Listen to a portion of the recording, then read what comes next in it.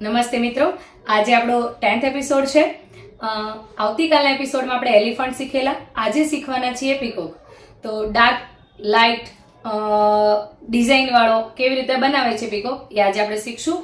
તો ચાલુ કરીએ ક્લાસ. એ પહેલા હજી સુધી મારી ચેનલને તમે સબસ્ક્રાઇબ, લાઇક, કમેન્ટ, શેર નથી કરી તો સૌપ્રથમ એ કરો. તો ક્લાસ આપણે ચાલુ કરીએ. પેટનો ભાગ હંમેશા આગળથી ગોળ અને પાછળથી ચોંચ ટાઈપ નીકળેલો હોવો જોઈએ અને ડોકનો ભાગ હંમેશા ઝૂકેલો હોય છે. તો એ કરતી વખતે ખાસ યાદ રાખવું કે એકદમ ચપ્પાટ મોર ના બને અને એના પંખ જે છે એ મોટા રાખવાના, જેનાથી મોરનો લુક જે છે પ્રોપર આવે, કારણ કે મોરના પંખ રિયલમાં મોટા જ હોય છે. બરાબર છે. તો આ રીતે તમે અંદર શેપ આપી શકો છો. પછી તમે આને ડાર્ક કરી શકો છો. ફિલ કરતી વખતે ખાસ યાદ રાખવું કે ડાર્ક અને લાઇટનું મેન્ટેન રહે, જેનાથી મોરનો જે લુક છે એ સરસ આવે. તમે જોઈ શકો છો કે આખા પેલામાં હવે હું ડાર્ક આપી દઈશ. સૌ પ્રથમ મેં એને આઉટલાઇન આપી દીધી હતી, જેનાથી ભૂલ ના થાય કે અહીંયા આપણે મોરનું પંખ બનાવવાનું છે. આપ્યા પછી તમે અંદર શેડિંગનો શેપ પણ આપી શકો છો, પણ ડાયરેક્ટ ડાર્ક નથી કરવાનું.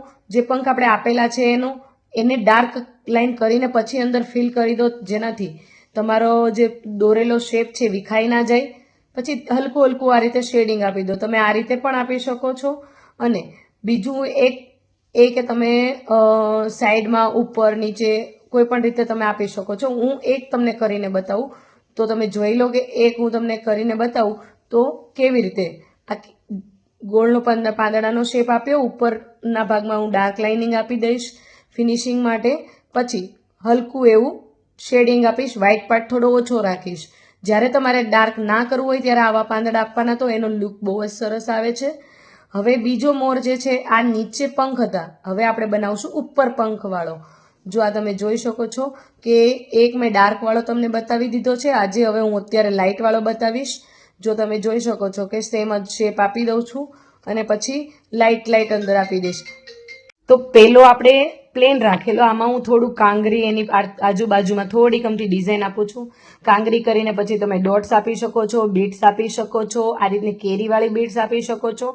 મતલબ કે બહુ બધી ડિઝાઇનો આપી શકો છો. આની બાજુમાં તમે જલેબી કાંગરી પણ આપી શકો છો ફરતે સાઈડમાં, જો તમારે મોર મોટો બનાવવો હોય તો.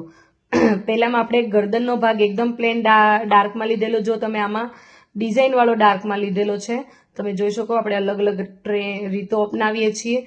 હવે મોર જે છે બેઠો મોર હોય એ રીતે એની ઉપરના જે ડાર્ક ભાગ છે, જે શેપ તમને યાદ હોય તો મેં સ્ટાર્ટિંગમાં તમને શીખવાડેલો પ્લેન શેપ, તો એ જ શેપનો યુઝ મેં અહીંયા કરેલો છે. તમે જોવો છો કે ખૂબ સરસ એવું લાગે. આ કરતી વખતે ખાસ ધ્યાન રાખવાનું કે એકવાર માપ લઈ લેવાનું, જેનાથી તમારી શેપ આગળ પાછળ ત્રાસો ના બને. બરાબર છે. તો ત્રણેય પ્રકારના મોર થઈ ગયા, ડાર્ક, લાઇટ અને એક તમે જોઈ શકો છો ઊભો, જે નાના નાના મોર હોય છે, ક્યુટ સા. તો તમે જોઈ શકો આ રીતે નાના નાના બનાવી શકાય છે. આ તો સિમ્પલી પાંજરા ઉપર કે એના ઉપર બેઠા હોય એના માટેના હોય છે. એક આખો હું ડાર્ક વાળો બતાવું છું. તો ડાર્ક માટે તમને ઓબ્વિયસલી ખબર જ છે કે જ્યારે ડાર્ક વાળો બનાવો હોય ત્યારે વચ્ચે આપણે થોડી લાઇનિંગ છોડવી જ પડે, તો બંને વચ્ચેનો પાર્ટ જે છે એ તમને ખ્યાલ આવે કે આ મોરનો અહીંયા પંખનો શેપ જે છે સારો એવો દેખાય છે. તો તમે જોઈ શકો છો. ડાર્ક કરતી વખતે ખાસ એ ધ્યાનમાં રાખવાનું કે તમે જે લાઇનિંગ આપી છે એ લાઇનિંગને પહેલાં બોર્ડર આપી દો અને પછી ડાર્કવાળો પાર્ટ કરો. અગર તમે બોર્ડર નથી આપતા તો તમારું ડાર્ક લાઇનિંગનો જે ક્લિયરિટી છે ઓછી દેખાશે. પછી એક મોર છે જે તમને ખ્યાલ હોય કે દિવાલ પર બેઠો હોય છે, ટોડલે બેઠો હોય છે, તો એ પણ બહુ બધા હોય છે. જો એની અંદર મેં અલગ ડિઝાઇન આપી છે, આંકડાવાળી ડિઝાઇન આપી છે, તો તમે જોઈ શકો છો આ રીતે. અને આજુબાજુમાં તમે ડાર્ક કરી દો, ફિલ કરી દો, કાંગરી આજુબાજુમાં આપી દો. પછી જો આમાં મેં ઈંટોની જે શેપ હોય છે ને એ રીતનું આમાં હું બનાવવાની છું. તો તમે જોઈ શકો કે કેવી રીતે બનાવાય.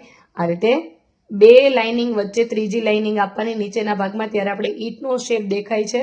પછી એને તમે ડાર્ક લાઇનિંગ આપી દો તો એ પ્રોપર 3D જેવું બની જશે. હવે ડાર્ક લાઇટ ફેસ, એની ગરદનનો ભાગ બધો શીખવાડી દીધો હતો. તો તમે જોઈ શકો છો આ રીતનું. હવે ફિલ કરી દો એટલે મોર તમારો રેડી થઈ જશે.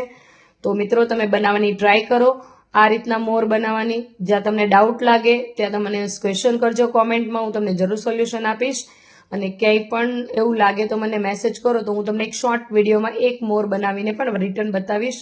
જો મેં પહેલામાં કેરીવાળો ડોટ્સ આપેલોમાં મેં પ્લેન ડોટ્સ આપેલા છે, જોઈ શકો કેટલું સરસ એવું લાગે છે પેજ. તો મિત્રો તમે જોઈ શકો છો કેટલા સરસ લાગે છે આપણા પીકોક. તો ડાર્ક લાઇટ ડિઝાઇનવાળા. તો રોજ આવું નવું નવું શીખવા માટે મારી ચેનલને સબસ્ક્રાઈબ કરો, મારી સાથે જોડાયા રહો.